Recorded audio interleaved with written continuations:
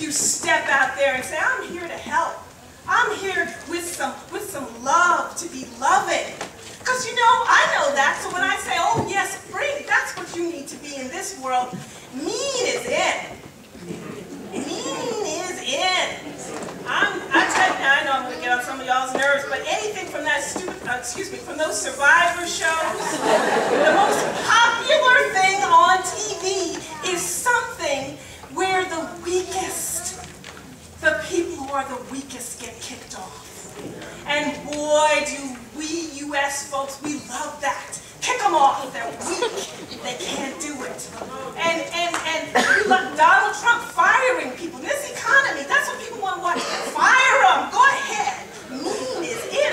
Even that stupid funniest videos show. Every video was about somebody violently having an accident. I'm like, what is so funny? All the people do, they get hurt, they fall, they hit their head, they get banged, they get hit in the... Oh, how funny! Yeah, somebody's getting hurt. Every week, that's what the thing is about. Mean is in. Anything from these TV shows to, and those judges, that's what people love. See how that judge told that person off. Oh no, I like the other judges. The most popular judges are the ones that are the nastiest and most demeaning to people. Mean is in, honey. So when I stand up here and say, God says, do not fear, go out there and be God's voice of love and justice. I know it's no small thing I'm saying to you. Mean is in. And those are just the trivial examples. I'm not even talking about the important examples. Anything from under President Obama, the ways in which immigration, ICE, is that what they call it? How those immigration raids have bigger than ever. Over 300,000 people in this year alone. I know, it's like, we don't care about those immigrants.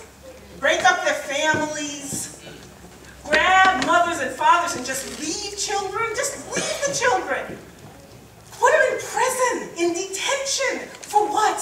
What crimes have they committed? No, mean is in. We'd be sitting there, get them, get those people, right? People in Congress, their great-grandfathers and great-grandmothers came here as immigrants, and they can't wait.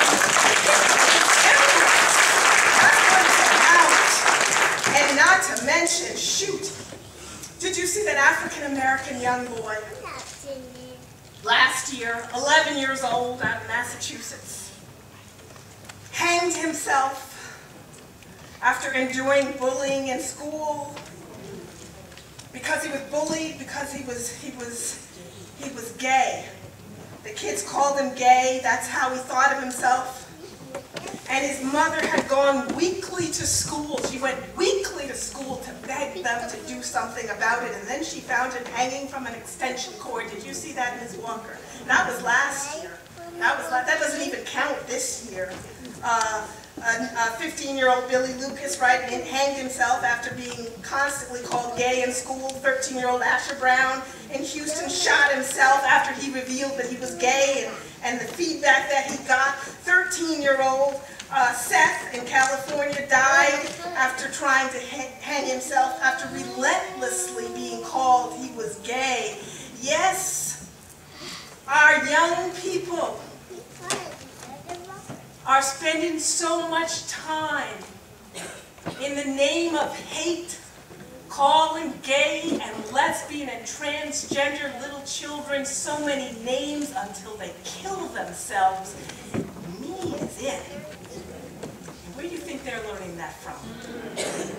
Where do you think? How can we figure that out? How could we possibly figure that out? Where do they learn that? I'm not even talking about the politicians. Don't worry, I'm skipping a few examples. I know I got a lot of them, but I'm gonna skip a few. But just one more. The politicians. I gotta say one more word about the politicians. They just lie and say anything. Have you noticed that?